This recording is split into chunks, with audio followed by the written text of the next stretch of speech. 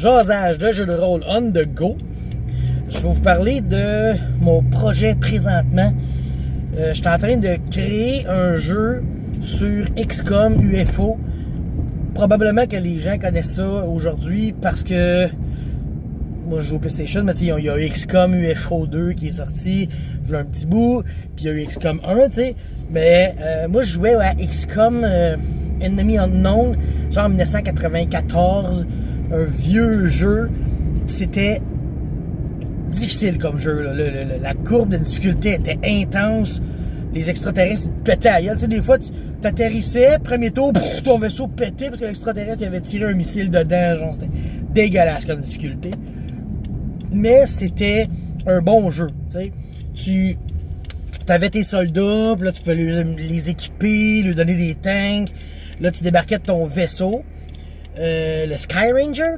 Puis là, après ça, tu partais, puis là, tu tuais des extraterrestres qui venaient soit kidnapper des gens, faire de la terreur dans la région ou juste ramasser des samples. Puis au final, quand tu tuais des extraterrestres, tu étudiais leurs armes, leur technologie, puis tu réussissais à aller sur leur planète, les péter. T'sais. Puis ce jeu-là est tellement bon, je veux dire, c'est tellement bien fait, j'ai toujours adoré ce jeu.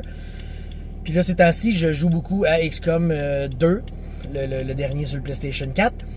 Puis je me suis dit, il faut que je fasse un RPG de ça. Je veux faire un jeu de rôle sur table de ça. Puis là, j'y pensais. Puis là, j'ai fait comme, moi, j'ai déjà créé un système. C'était le système de, j'avais appelé ça Survive. C'est un jeu style Shadowrun. T'as de la magie, puis t'as de la technologie qui se mélange. Là, après ça, j'ai fait, ouais, mais je tripe pas tant que ça là-dessus. Tu sais, le futuristique. Fait que j'ai pris mon système, je l'ai mis dans un système médiéval fantastique que j'ai appelé Nextera. Tu sais, Nextera, c'est le nom de mon monde. C'est un nom que je trouve cool. Puis, j'ai commencé à le bâtir. Là, j'ai fait, il y en a plein de médiéval fantastique. Fait que là, j'ai dit, je vais le prendre, puis je vais le mettre dans UFO. Puis, le système, tu sais, on a déjà créé 2 bonhommes pour le fun, tu sais. Puis playtester un combat, là, c'était 2 zombies dans un auberge, tu sais, c'était quand même pas pire, ça se tenait quand même respectablement. Puis là, ben, je veux le faire pour UFO, ce système-là. Donc, il va falloir que je travaille là-dessus. J'en ai déjà parlé un peu de ce système-là, de la manière ça marche, c'est un système de pourcentage. Puis, c'est, ça donne que c'est un peu comme Cthulhu, qu'il faut que tu roules en bas de la caractéristique pour réussir. Sauf que, moi, je rajoute une fenêtre dans le sens qu'il y a une difficulté à ce que tu essaies de faire. Donc, si tu essaies de tirer quelqu'un devant toi, ben, il n'y a pas de difficulté vraiment. T'sais. Fait que, mettons, tu as 50 de tir, tu as une chance sur 2 de le toucher. Si la personne est cachée, là, la difficulté monte de 15%. Donc, si tu pognes en bas, ben, 15 et moins, ou ben, ouais, c'est ça, 15 et moins, ouais, tu le rates parce que tu n'as pas réussi à battre la difficulté. Donc, la personne est cachée derrière quelque chose, tu tires, si tu pognes 1 à 15, ben tu pognes sa cachette, fait que tu le pognes pas lui. Ainsi de suite. Puis, fait que là, genre quelque chose de très, très, très, très difficile, va avoir une difficulté genre de 45.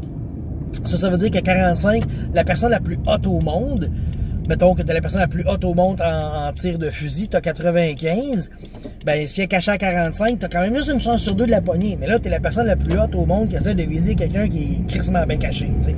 Fait que c'est pour ça que la difficulté, elle augmente rapidement, mais t'sais, elle a un gros impact. Et ainsi de suite. Là, de la manière que je veux faire ça aussi, c'est que, bon, tu peux avoir des expertises, tu es rendu expert dans quelque chose, exemple, là, je garde toujours le tir, tu es un expert en tir, ça réduit de 10 les difficultés de ce que tu as à faire, t'sais.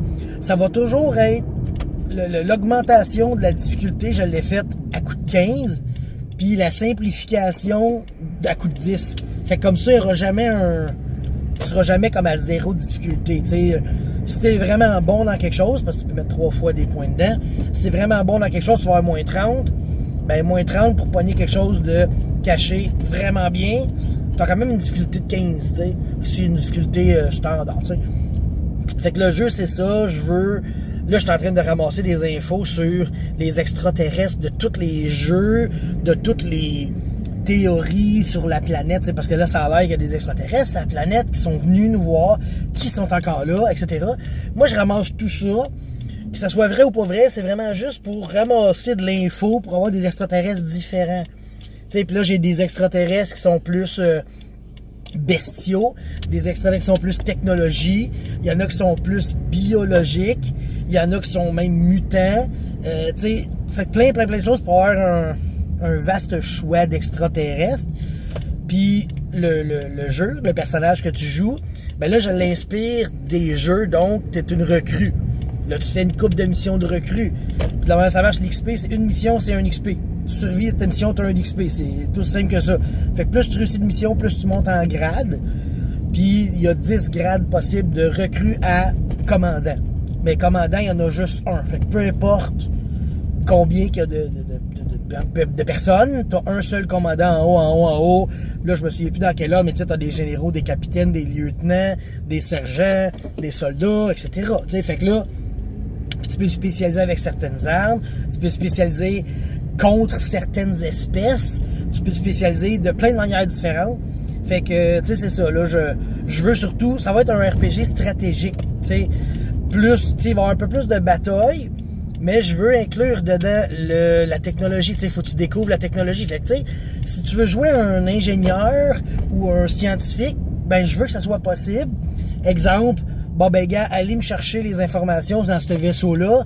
Une gang de soldats peuvent éliminer tous les extraterrestres, mais les soldats pourront pas extraire les données de l'ordinateur. Ça va te prendre un scientifique ou quelque chose comme ça. Fait que c'est toutes des affaires de même que je veux mettre dans le jeu. Mais là, présentement, il est clairement pas prêt le jeu, là. Mais je veux le playtester avant longtemps. Puis m'amuser avec ça. Parce que c'est ça, ce jeu-là est un jeu qui est tellement bon que j'ai toujours voulu faire un RPG aussi, tu sais. Mais c'est sûr que ça s'applique moins à un RPG parce que justement, t'as beaucoup de batailles, t'as beaucoup de tirs, t'as beaucoup d'affaires de même, mais il reste que tu peux quand même bâtir une bonne histoire, tu sais. Fait que c'est ça, j'avais juste le goût de vous parler de ce projet-là. J'ai fleuri le système. Je vais sûrement en reparler plus tard, mieux aussi. Mais là, j'ai trouvé comme le concept avec le système. On va faire de quoi de bon avec ça. Fait que je vous tiens au courant, là, s'il y a des développements avant longtemps. Salut, bye!